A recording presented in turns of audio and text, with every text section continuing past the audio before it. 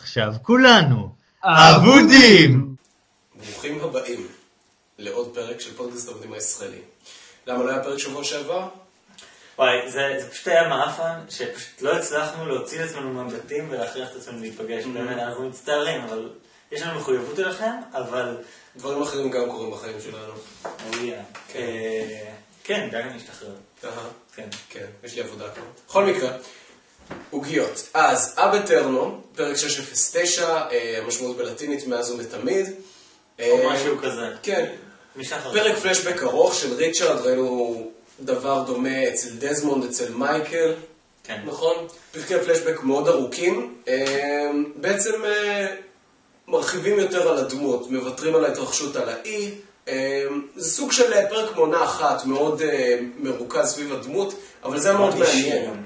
מאוד אישי. מאוד אישי, אבל זה כן היה מעניין, כי זה היה על ריצ'רד, זה היה על סמוקי וזה היה על ג'ייקוב, שזה דמות מאוד מעניינות. ראינו ריקרוטמנט מאוד ראשוני של ריצ'רד. הראשון. כן, הראשון. כלומר, ג'ייקוב אומר בעצמו שהוא לא מדבר עם אנשים. כן. שהוא לא מגייס אותם, וזה שונה מאוד.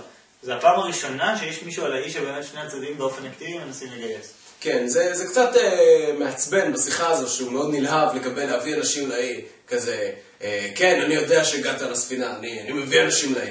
איפה הם? הם מתו. למה? לא יודע, לא היה לי כוח להם. כאילו... אני לא, לי זה לא מציג, אני חושב שהוא בדיוק מנסה לעשות משהו כזה. אנחנו מדברים כבר מהעונה הראשונה, מה זה האי? אני יכול, בואו נשים קטע ששמתי בהרצאה שלנו באייקון? Doesn't matter, Kate, who we were, what we did before this, before the crash. It doesn't really...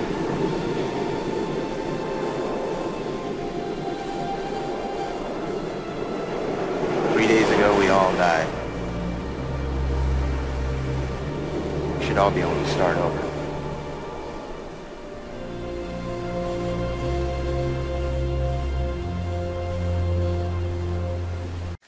זהו, אז ראיתם, זה באמת עונה אחת, ג'ק אומר לקייט, זה לא משנה, פה אנחנו מתחילים מחדש. כן, וג'ייקוב בעצמו אומר את זה, פה זה מקום להתחלות חדשות. עובדה גם שריצ'רד באמת מגיע לשם אחרי שהוא הרג בן אדם, עוד כמה דמויות שלנו עשו את זה. זה פחות קיצוני מקייט, אבל כן, פחות קיצוני, אבל באמת מקום של התחלות חדשות. וכמו שדיברנו בתיאוריה שלנו, ג'ייקוב אומר שיש משהו באי הזה שהאנשים ראויים אליו, והוא חושב שצריכים להביא עוד אנשים לאי, כי... הוא מנסה להוכיח שאנשים הם באופן בסיסי טובים, ובגלל זה הוא לא יכול להתערב, כי אתם זוכרים את איוב, סיפור הקלאסי של איוב, של אלוהים אומר לשטן, תעשה מה שאתה רוצה לאיוב, אני לא מתערב. אל תהרוג אותו. אל תהרוג אותו, תעשה מה שאתה רוצה, אבל זהו, וזה בדיוק זה. סמוקי לרוב האנשים, לקנדידייטס לפחות, הוא לא הורג אותם, אבל הוא מעמיד אותם במבחנים מאוד קשים. אם נכשלים, אז הם נכשלים, וכמו עם אקו, אז ראינו מה קורה. זהו, זה היה פרק מאוד מעניין. אנחנו כן נעשה פודקאסט השבוע יותר רציני. משהו בהרכב אפילו כמעט מלא, אם לא מלא לגמרי. כן, אז זהו, אז באמת יש לנו המון לומר, מאוד התרגשנו באמת. אני אישית מאוד אהבתי את הפרק, וזהו. כן, רגע. שכחנו לדבר על הדבר המרכזי בפרק. הפרק הזה הוא כמו עוגיה. כן, עוגיות. עוגיות זה דבר טעים. נכון. אני אוהב עוגיות. ואהבתי את הפרק. נכון. זה מטאפורה. יפה. היא קצת מיותרת. כן, אני שונא את האנלוגיות. כאילו, כן, האי זה כמו היין והבקבוק והפקק. לא, סמוקי זה היין. כן, סמוקי זה היין. רגע, אבל יין זה טוב, וסמוקי הוא... נכון, אבל זה משקר אותך. כן. אוקיי. קיצר, חלס עם אנלוגיות. תגידו שסמוקי ההיטלר הבא, תגידו שצמיד הקסם שג'ייקוב שם על הרגל של סמוקי, זה מה שמונע ממנו לצאת, ותגידו לנו שזו הסיבה שבגללה ג'ייקוב שומר על האי, ולמה הוא בן על מוות? כן, מתישהו הם צריכו לייצר את אבן החכמים.